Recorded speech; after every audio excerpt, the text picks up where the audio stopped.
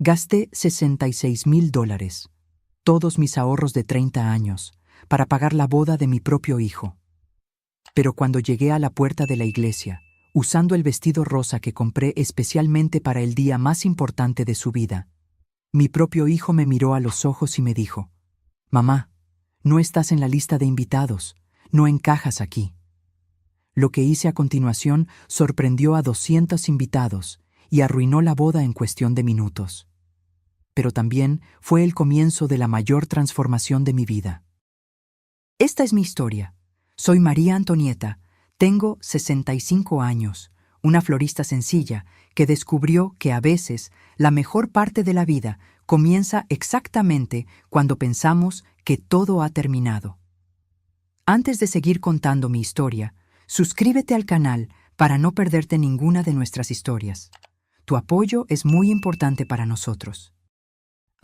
Y cuéntame en los comentarios de qué ciudad nos estás viendo. Me encanta saber hasta dónde llegan nuestras historias. Me acuerdo perfectamente de aquel día en el probador de la boutique Eleganza. El espejo reflejaba a una mujer que apenas reconocía, elegante, con un vestido rosa claro que costaba más de lo que ganaba en 2 meses en la floristería. La tela era de una suavidad que contrastaba con mis manos callosas, marcadas por los años manejando tierra, espinas y flores. «Le queda perfecto, señora», dijo la vendedora, ajustando las mangas con cuidado profesional. «Ese color resalta sus ojos». Miré mi reflejo de nuevo. 65 años, canas bien peinadas, arrugas que contaban historias de sonrisas y lágrimas. Nunca había sido una mujer que destacara por su belleza o elegancia. Siempre fui la mujer práctica, la que resuelve los problemas, la que trabaja en silencio. Pero ese día quería ser diferente. Quería ser una madre de la que mi hijo pudiera sentirse orgulloso. Leonel estaba a punto de casarse con Marta, una joven de familia tradicional. Mi único hijo, fruto de un matrimonio que terminó cuando él todavía usaba pañales. Lo crié sola, trabajando de sol a sol en mi pequeña floristería, pétalos y sueños, soñando con el día en que se convirtiera en un hombre de éxito. Y lo logró. Abogado respetado, apartamento elegante, un futuro prometedor. El problema es que, en algún momento de este camino, me convertí en una vergüenza para él. Sus visitas se hicieron más raras, siempre apuradas, siempre con prisa. Cuando mencionaba la boda, percibía una tensión en sus ojos, como si mi presencia fuera un recordatorio indeseado de sus orígenes humildes. La última vez que estuvo en casa, 3 semanas antes de la boda, yo le había preparado su comida favorita, lasaña con salsa de tomate casera. Apenas tocó el plato, estuvo mirando el celular todo el tiempo, respondiendo mensajes de la novia. «¿Está todo bien con los preparativos de la boda?», pregunté, intentando entablar conversación.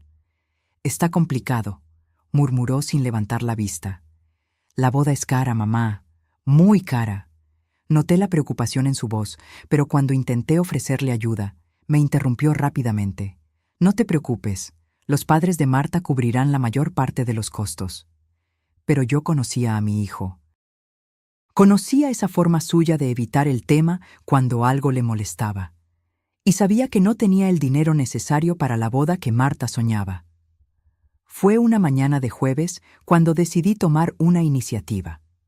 Leonel había salido a trabajar más temprano, y yo estaba organizando unos papeles cuando encontré un sobre olvidado en la mesa de la cocina.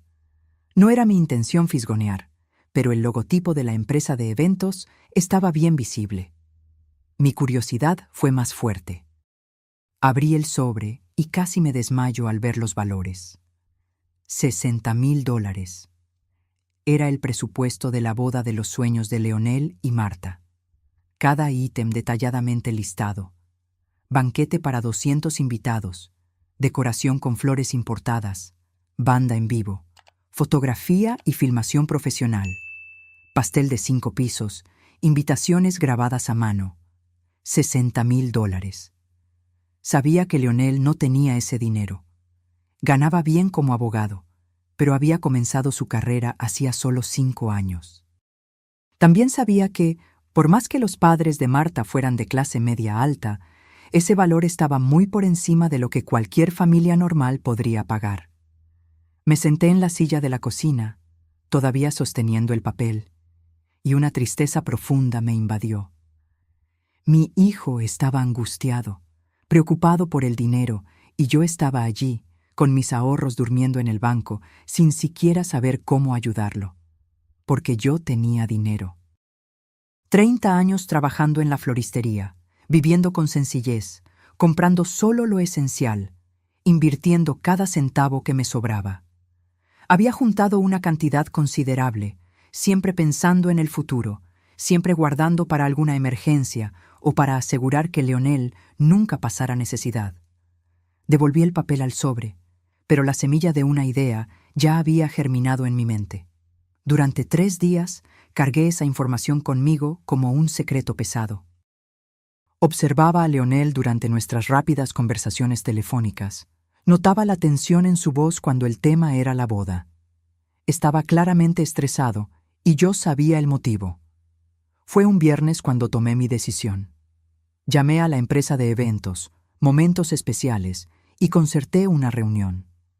Me gustaría hablar sobre la boda de Leonel Rodríguez, le dije a la secretaria. Claro, ¿la señora es de la familia de la novia? Soy la madre del novio. Al llegar a la oficina de la empresa, me recibió Elena, la organizadora principal. Era una mujer elegante, de unos 40 años, con una sonrisa profesional que no le llegaba a los ojos. Doña María, qué placer conocerla, dijo, conduciéndome a una lujosa sala de reuniones. Leonel es un joven encantador. Él y Marta forman una pareja hermosa. Gracias, respondí, ajustando mi bolso en mi regazo. Me gustaría hablar sobre la financiación de la boda. Elena abrió una carpeta y comenzó a explicar los detalles. La interrumpí suavemente. Me gustaría financiar la boda completa. El silencio que siguió fue ensordecedor. Elena me miró con sorpresa apenas disimulada. Perdón, la señora dijo... Quiero pagar toda la boda, repetí, esta vez con más firmeza. Ceremonia, recepción, luna de miel, todo. Pero eso es una inversión considerable. Estamos hablando de más de $60,000. Abrí mi bolso y saqué el extracto bancario que había impreso la mañana anterior. Elena le echó un vistazo y sus ojos se abrieron de par en par. Tengo los medios, dije simplemente, pero necesito hacerlo con absoluta discreción. ¿Cómo así? Nadie puede saber que el dinero vino de mí, especialmente Leonel y Marta. Quiero que crean que fueron los padres de la novia quienes financiaron todo. Elena frunció el ceño. Esto es un poco inusual. Es mi única condición, insistí. Confidencialidad total. Pueden ponerme como una beneficiaria anónima, un inversor silencioso, cualquier cosa, pero mi hijo no puede saber que fui yo. Durante la siguiente hora, acordamos todos los detalles.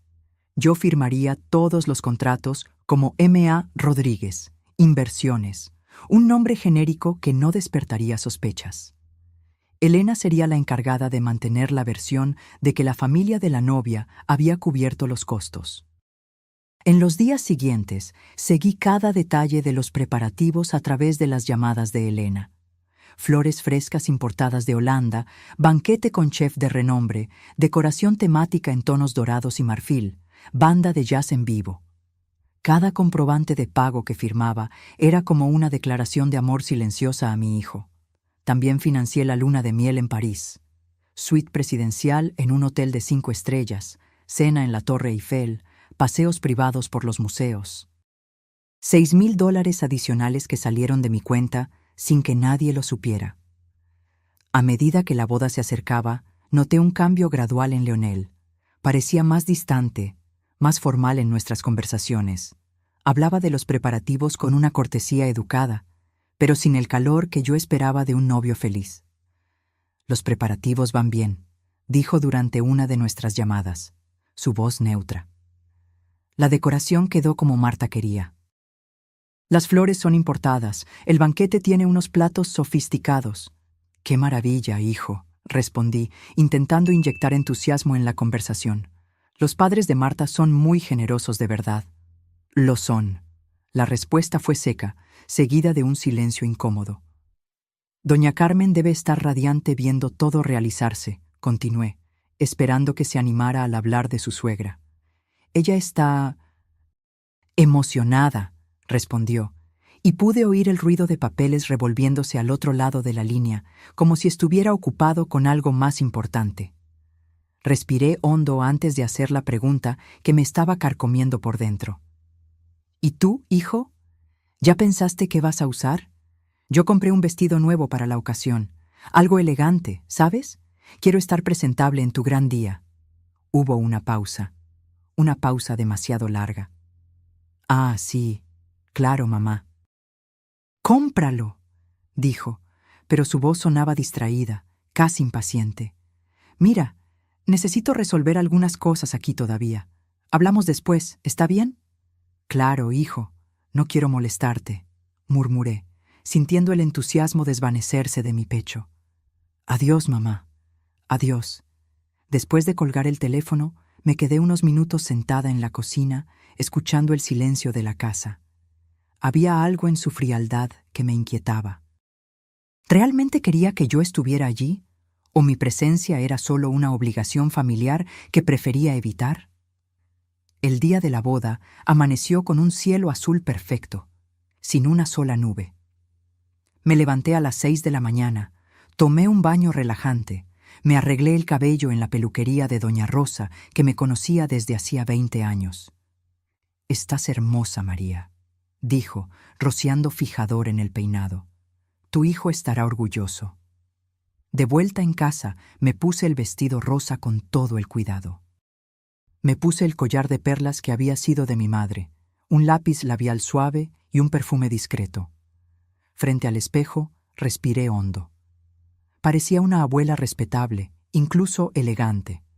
Tomé el regalo que había preparado. Un cheque de $5,000 para que los recién casados comenzaran su vida. No era una cantidad extravagante, pero era lo que una madre florista podía dar sin despertar sospechas. El gran hotel era aún más imponente de lo que recordaba de la única vez que había pasado por delante. Mármol pulido, lámparas de araña de cristal, porteros uniformados, coches de lujo llegaban constantemente, desembarcando invitados elegantemente vestidos. Pagué el taxi y caminé hacia la entrada, ajustando mi bolso e intentando controlar el nerviosismo. Era allí donde mi dinero había creado un escenario de sueños. Cada flor, cada vela, cada detalle había sido pagado por mí. Pero cuando llegué a la entrada del salón, un empleado me detuvo educadamente. «Disculpe, señora, pero necesito verificar su nombre en la lista de invitados».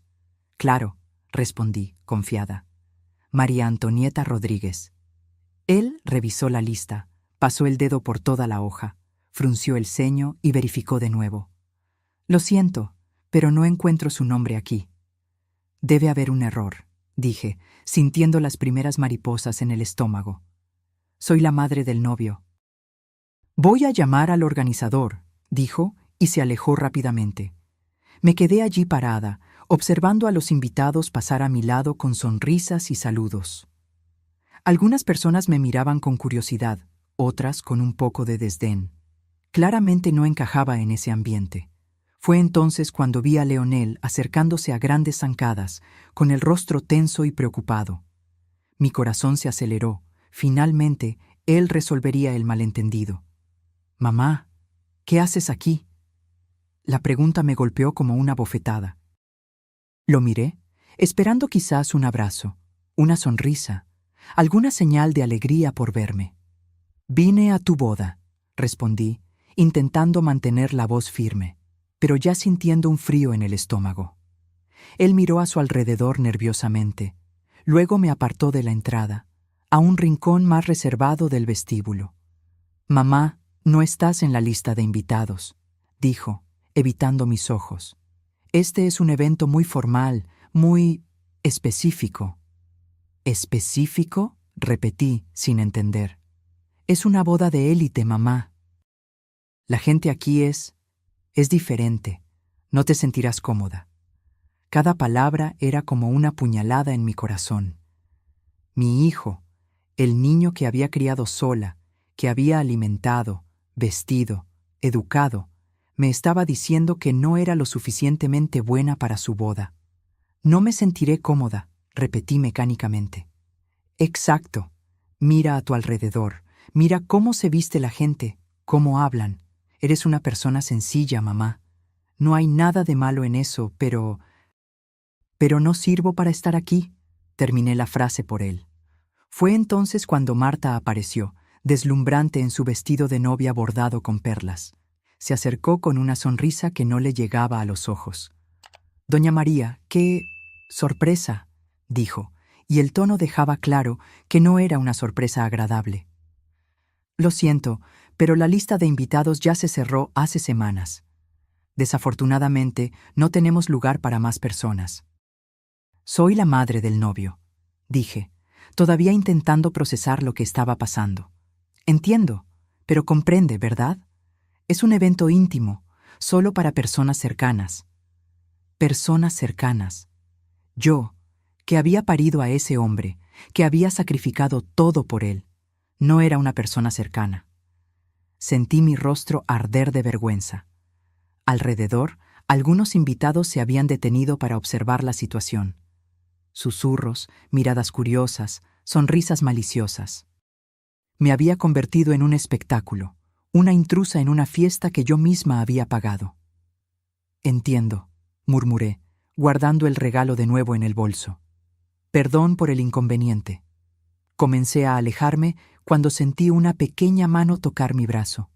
Era Roberta, mi nieta de 16 años, con los ojos llenos de lágrimas. Abuela, no te vayas. Por favor, susurró, mirando furiosamente a su padre. Roberta, vuelve a tu sitio, dijo Leonel secamente. Papá, ella es mi abuela. Roberta. Besé la frente de mi nieta, susurré, todo está bien, cariño, y caminé hacia la salida. Cada paso sobre el mármol helado resonaba como el funeral de mi propia dignidad. Cuando llegué a la puerta, oí a Marta comentar a alguien: pobrecita, no sabía que no podía venir. La gente sencilla a veces no entiende de etiqueta. Llegué a casa en un estado de shock total. Todavía con el vestido rosa, me senté en el sofá de mi pequeña sala y dejé que las lágrimas cayeran por fin.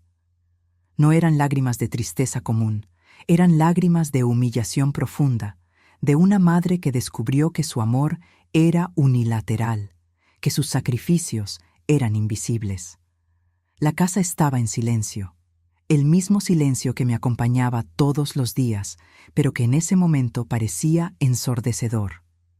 Miré a mi alrededor y vi 30 años de una vida dedicada a otra persona. Fotos de Leonel en todas las etapas, trofeos de sus éxitos en la escuela, diploma de la universidad que yo había financiado trabajando en 2 empleos. Me levanté y fui a mi habitación.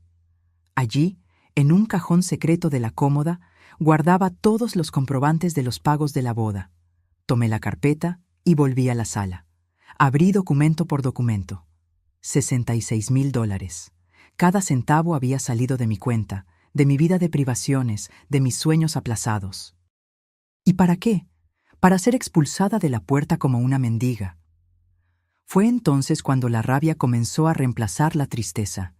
Una rabia limpia, cristalina, que me dio una claridad mental que no sentía desde hacía años. No era solo por la humillación del día. Era por todos los años en que me empequeñecí, en que acepté migajas de afecto, en que fingí que todo estaba bien. Tomé el teléfono y con dedos firmes marqué el número de mi gerente en el banco. Buenas tardes, señor Roberto. Soy María Antonieta Rodríguez. Buenas tardes, doña María. ¿En qué puedo ayudarla? Necesito cancelar todos los pagos programados relacionados con la boda de mi hijo. Todos. Hubo una pausa al otro lado de la línea. ¿Todos? Doña María, son cantidades muy significativas. ¿Está segura? Absolutamente segura, respondí, y por primera vez en meses mi voz sonó firme y decidida. Quiero que detenga todo inmediatamente. Pero hoy es sábado. Algunos pagos ya fueron procesados, otros pueden generar multas contractuales. No me importan las multas. Detenga todo lo que sea posible detener. Luego llamé a Elena, de la empresa de eventos. Elena, soy María Antonieta. El patrocinador de la boda, Rodríguez Santos, está retirando toda la financiación. ¿Cómo? Doña María, la boda es hoy. Exacto, y está cancelada. Informe a los novios inmediatamente. Pero esto es imposible. Tenemos contratos, compromisos. Leí todos los contratos. Tengo derecho a cancelar mediante el pago de multas, que acepto pagar, pero el evento está cancelado. Colgué el teléfono e hice una tercera llamada al abogado de la familia. Doctor Enrique, necesito crear un fondo fiduciario para mi nieta Roberta. Quiero transferir todo el dinero que estaba destinado a la boda para su educación. Claro, doña María. ¿Puedo preguntar el motivo? Ella es la única persona de la familia que todavía me trata con respeto. Mientras yo organizaba mi nueva vida financiera, el caos se instaló en el Gran Hotel. Mi amiga Clara, que trabajaba en el sector de eventos del hotel, me contó después todos los detalles de aquel sábado por la tarde. Comenzó con el jefe del banquete recibiendo una llamada de la empresa de eventos informando que el pago había sido cancelado. Después fue el turno de los floristas, que comenzaron a retirar discretamente los arreglos importados. Los camareros fueron despedidos uno por uno. La banda de jazz, que estaba en medio de la ceremonia, se detuvo abruptamente en medio de una canción cuando recibió la notificación. El fotógrafo guardó sus equipos y se fue sin explicaciones. Los invitados observaban atónitos mientras la boda literalmente desaparecía ante sus ojos. Primero se extrañaron de que la música se detuviera, luego notaron que ya no había camareros sirviendo champán, que las flores estaban siendo retiradas. Leonel y Marta corrían de un lado a otro, completamente perdidos, intentando entender lo que estaba pasando. Marta estaba llorando a mares, el vestido de novia arrastrándose por el suelo mientras ella suplicaba que alguien explicara lo que estaba sucediendo. Fue el gerente del hotel quien finalmente les dio la noticia devastadora. Lamento informar, pero hemos recibido una notificación de que el patrocinador del evento canceló todos los pagos. Sin el pago confirmado, no podemos continuar con la ceremonia. «¡Esto es imposible!», gritó Leonel. «Los padres de Marta pagaron todo». Según nuestros registros, el pago provino de M.A. Rodríguez, Inversiones, y esa persona canceló todo. Marta se giró hacia sus padres, que estaban igualmente confundidos. «¿Ustedes no pagaron la boda?» «Claro que no, hija», respondió doña Carmen avergonzada. «Nunca tuvimos dinero para eso». Fue entonces cuando la verdad comenzó a revelarse. Nadie de la familia de la novia había pagado por la boda. Alguien había financiado todo secretamente, y ahora había retirado el apoyo. Roberta, que había observado todo en silencio, finalmente explotó. «Ustedes expulsaron a la propia persona que pagó por todo esto». «¿De qué estás hablando?», preguntó Leonel. «La abuela. Fue ella quien pagó todo, y ustedes la humillaron en la puerta». El silencio que siguió fue mortal. 200 invitados elegantes observando a la familia más importante de la ceremonia desmoronarse en tiempo real. Clara me contó que Marta se desmayó, que sus padres se fueron avergonzados, llevándose a su hija inconsciente, que los invitados se dispersaron en susurros y miradas de juicio. ¿Y Leonel? Leonel se quedó allí, parado en medio del salón vacío, todavía con el smoking, finalmente entendiendo lo que había perdido.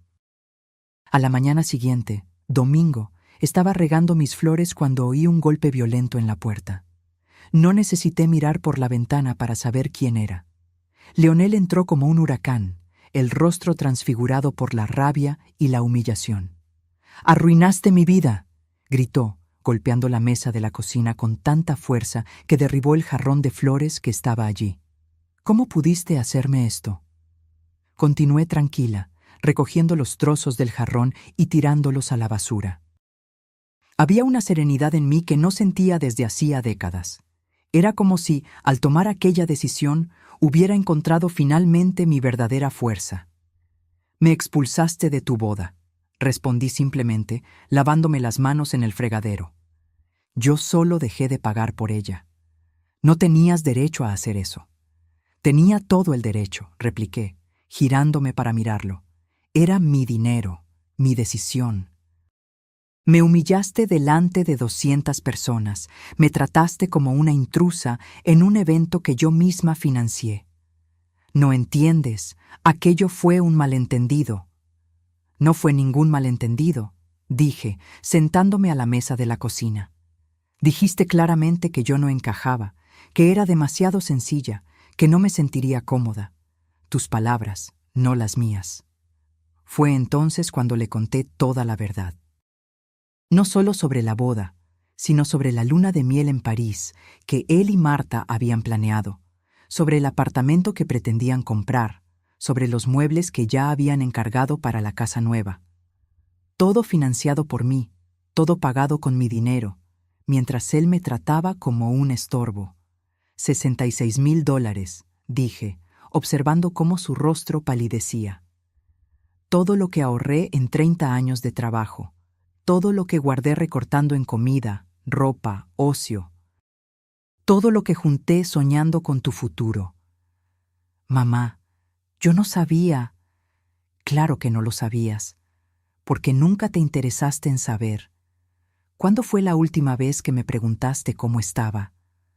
¿Cuándo fue la última vez que te preocupaste si yo necesitaba algo? Él se quedó en silencio y yo continué. Te avergüenzas de mí, Leonel. Te avergüenzas de tu origen, de tu madre florista. Quieres tanto pertenecer a un mundo que no es el tuyo que olvidaste de dónde vienes. ¿No es verdad? Sí lo es. ¿Y sabes qué más? Yo también me avergonzaba de mí. Ponía paños fríos a tus groserías. Fingía que todo estaba bien. Me conformaba con las migajas de afecto que me dabas. Él intentó convencerme de que le devolviera el dinero. Prometió que me incluiría en una nueva boda. Juró que había sido un error. Pero yo ya no era la misma mujer que se dejaba manipular por la culpa o el chantaje emocional. El dinero ya fue transferido para la educación de Roberta, le informé con calma. Ella al menos me trata con cariño y respeto. No puedes hacer eso. Ya lo hice. Es irreversible. Fue entonces cuando perdió completamente la compostura. Gritó, me llamó nombres horribles, incluso rompió más cosas en mi cocina. Pero yo permanecí firme, protegida por la armadura de mi nueva dignidad. «Te vas a arrepentir de esto», amenazó, apuntándome con el dedo. «No me arrepentiré», respondí con tranquilidad. «Por primera vez en la vida no me arrepentiré de nada». «Eres una mujer amargada y vengativa». «No soy vengativa», dije, levantándome de la silla. «Soy una mujer que finalmente aprendió a valorarse. ¿Y sabes qué más? El tiempo de ser usada ha terminado». Él se fue dando un portazo y supe que probablemente nunca más lo vería. Extrañamente, sentí una paz profunda, como si un peso gigantesco hubiera desaparecido de mis hombros. 2 semanas después, puse un cartel de «Se vende» delante de la casa donde había criado a Leonel. Cada habitación de aquel lugar guardaba recuerdos de sacrificios y renuncias, de una mujer que se apagó para que otros brillaran. Ya no quería vivir en aquel museo de mi antigua vida. La casa se vendió rápidamente. Era pequeña, pero bien ubicada y bien cuidada. Con el dinero de la venta, más lo que quedaba de mis ahorros, tuve la libertad de empezar de nuevo por completo. Elegí San Miguel de Allende, en Guanajuato, una ciudad pequeña y encantadora donde nadie me conocía. Allí yo podría ser solo María Antonieta, no la madre abandonada, no la florista sencilla, sino la mujer que siempre existió debajo de esas capas de abnegación. Alquilé una casa con jardín, compré muebles nuevos, decoré todo con colores vibrantes que siempre quise usar pero nunca tuve el valor. Amarillo en la cocina, azul en el dormitorio, rojo en la sala. colores que gritaban vida y alegría. Fue en San Miguel de Allende donde descubrí quién era realmente. Me inscribí en un curso de costura y descubrí que tenía un talento natural para crear ropa única. Mis compañeras de curso se convirtieron en verdaderas amigas, mujeres que me valoraban por la persona que era, no por lo que podía ofrecer. También empecé a estudiar italiano, un sueño antiguo que siempre posponía. 3 veces por semana me sentaba a la mesa de la cocina amarilla y practicaba. «Buongiorno, ¿come stai?» Las palabras fluían naturalmente, como si estuviera redescubriendo una parte de mí que estaba dormida. Pero el paso más grande fue decidir hacer aquel crucero por el Caribe. Sola, a los 65 años, iba a hacer mi primer viaje internacional. Cuando se lo conté a mis amigas del curso de costura, aplaudieron como si hubiera anunciado que iba a escalar el Everest. «Eres valiente, María», dijo Teresina, una viuda alegre que se convirtió en mi mejor amiga. «Yo nunca tendría el valor de viajar sola». «Me pasé la vida entera cuidando a los demás», respondí. «Ahora es mi turno». Roberta me visitó durante las vacaciones de verano, 6 meses después del episodio de la boda. Había crecido, estaba más madura, y me miraba con una admiración que nunca había visto antes.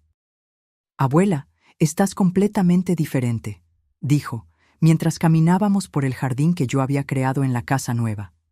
«Estás radiante». «Estoy siendo yo misma por primera vez», respondí, cosechando tomates cherry que había plantado. Ella me contó sobre sus estudios. Había elegido arquitectura. Quería crear espacios que hicieran que las personas se sintieran acogidas. El fondo fiduciario que yo había creado para ella garantizaría que pudiera graduarse sin preocupaciones financieras, sin depender de nadie. Era mi manera de romper el ciclo de dependencia que había dominado nuestra familia. «Abuela», dijo, sentándose en la mecedora que había comprado para el jardín, «papá ha preguntado por ti». Sentí un nudo en el pecho, pero ya no era el nudo doloroso de antes. Era algo más suave, una melancolía mezclada con aceptación. «¿Y qué respondes?» «Que estás bien. Que estás viviendo tu vida». Hizo una pausa. Él se separó de Marta. La información no me causó sorpresa ni satisfacción. Era solo un hecho, como saber que había llovido en otra ciudad. «Lo siento por él», dije sinceramente, «pero eso no cambia nada». «Está arrepentido, abuela, muy arrepentido». Dejé de regar las flores y miré a mi nieta. 17 años, ojos claros llenos de esperanza, todavía creyendo que todas las heridas pueden curarse con una disculpa.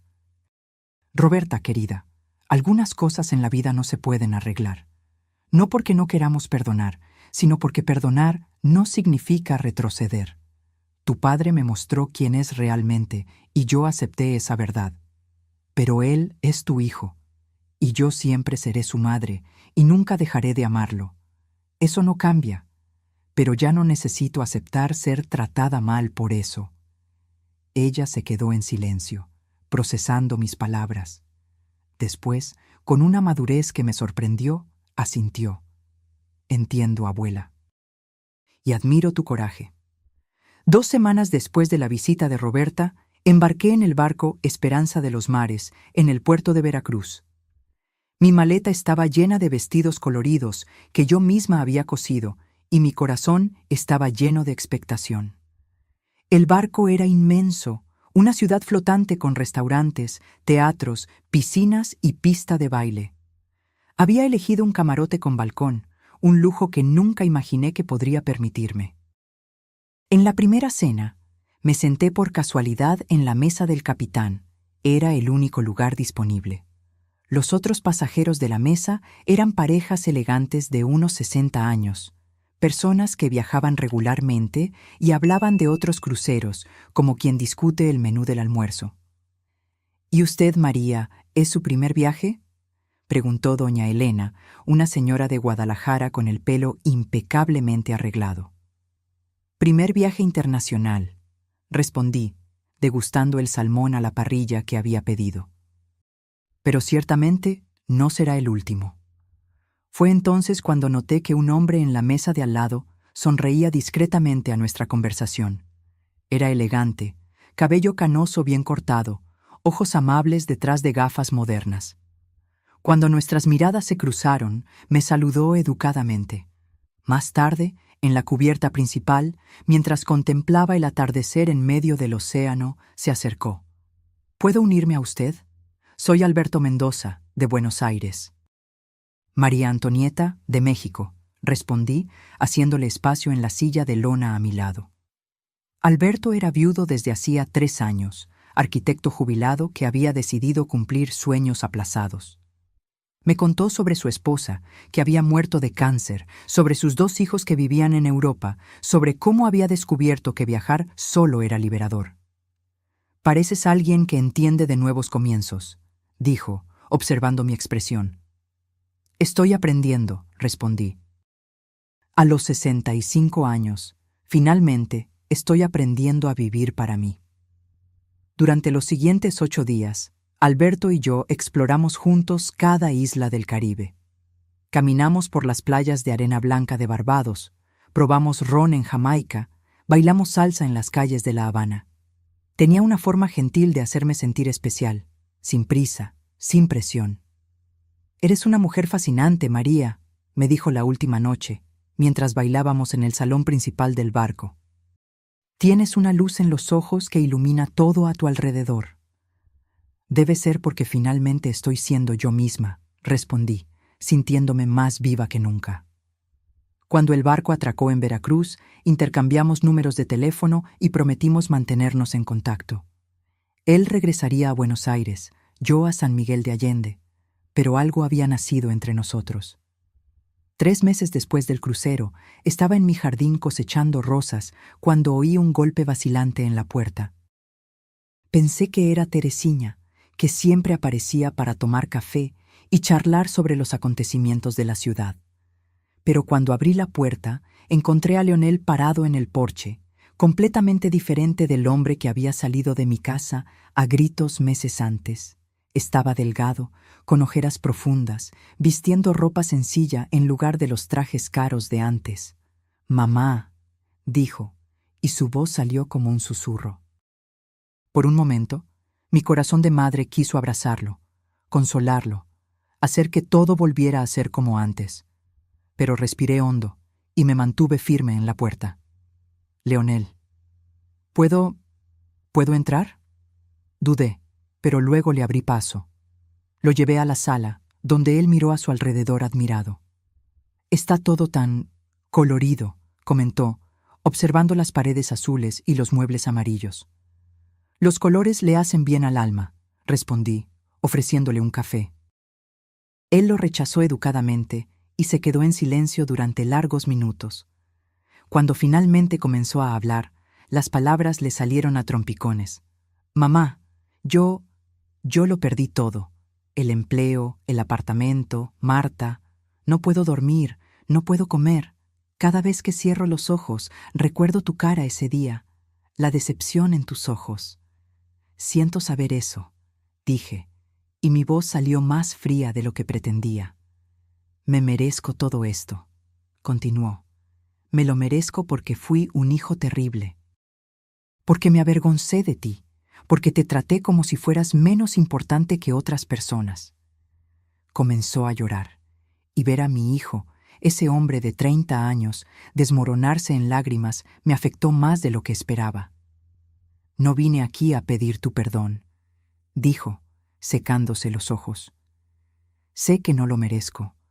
Vine a pedir que me dejes intentar ser tu hijo de nuevo, que me des una oportunidad de aprender a amarte de la manera que mereces. Leonel, no necesitas responderme ahora. Sé que te lastimé de una manera que quizás nunca pueda sanarse, pero quiero intentarlo. Quiero reconstruir nuestra relación desde cero, si me lo permites».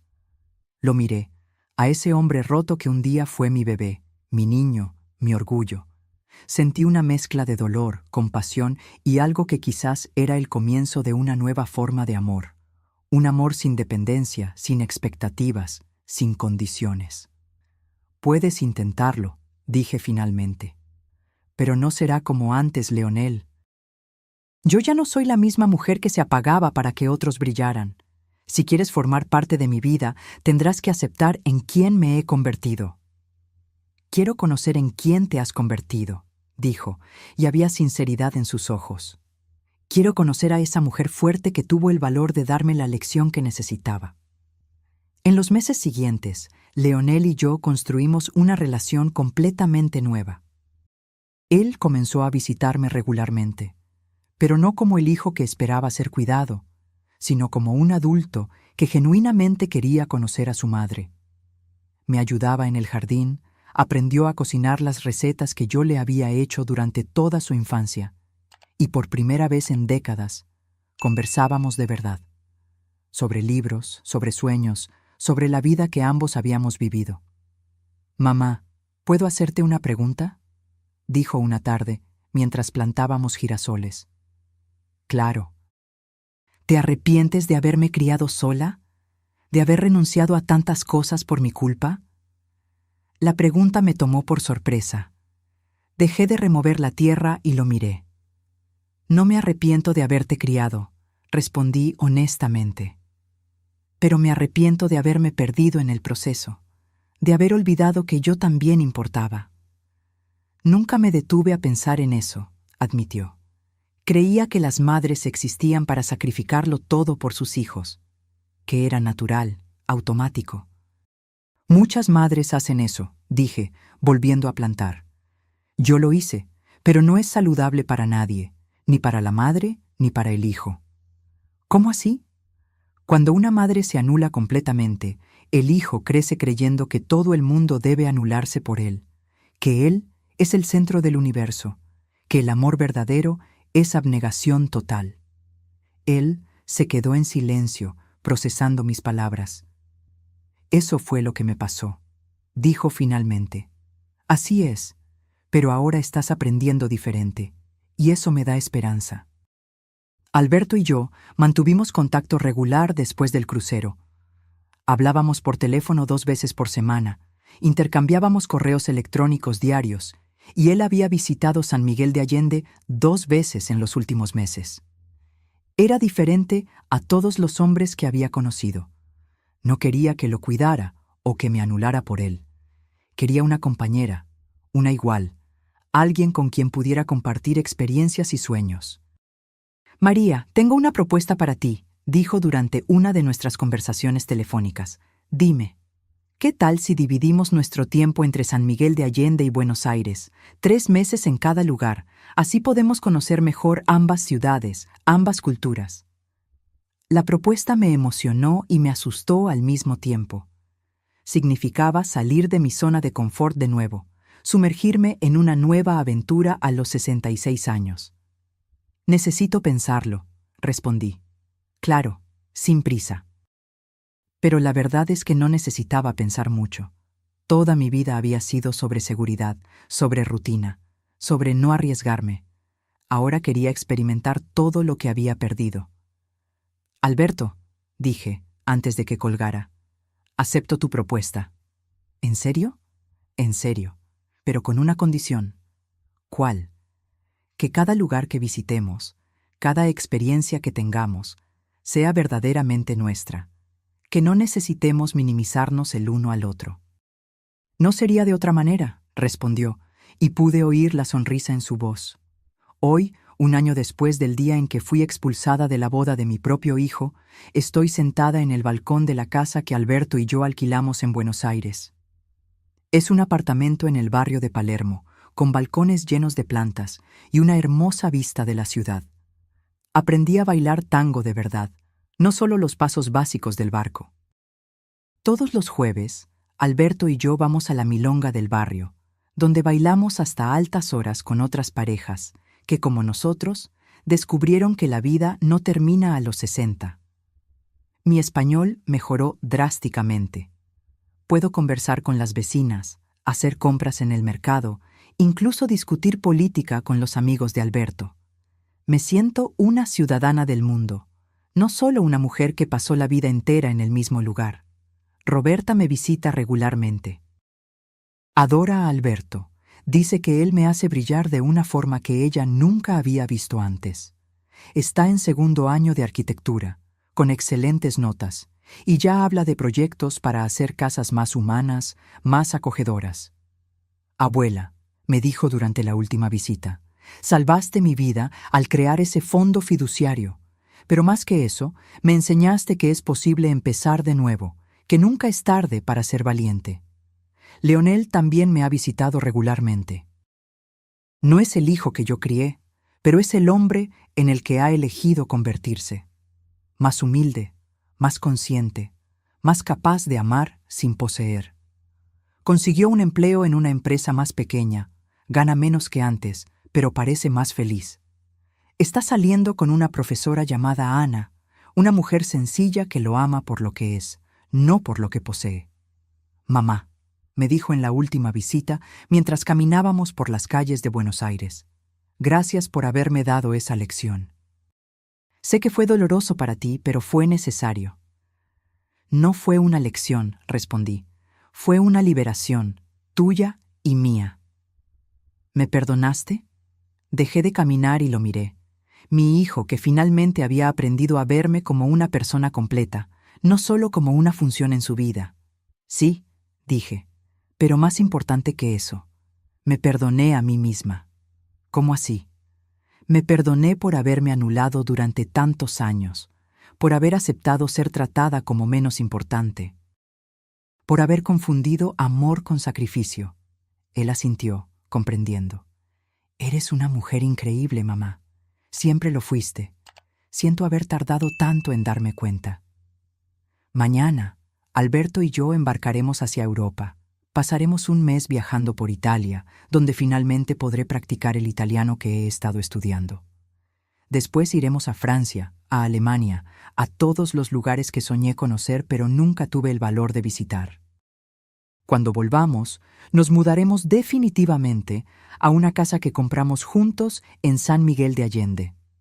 Es una casa grande, con un jardín espacioso, donde podemos recibir a los hijos de Alberto cuando vengan de Europa, donde Roberta puede pasar las vacaciones, donde Leonel puede venir con Ana cuando quiera.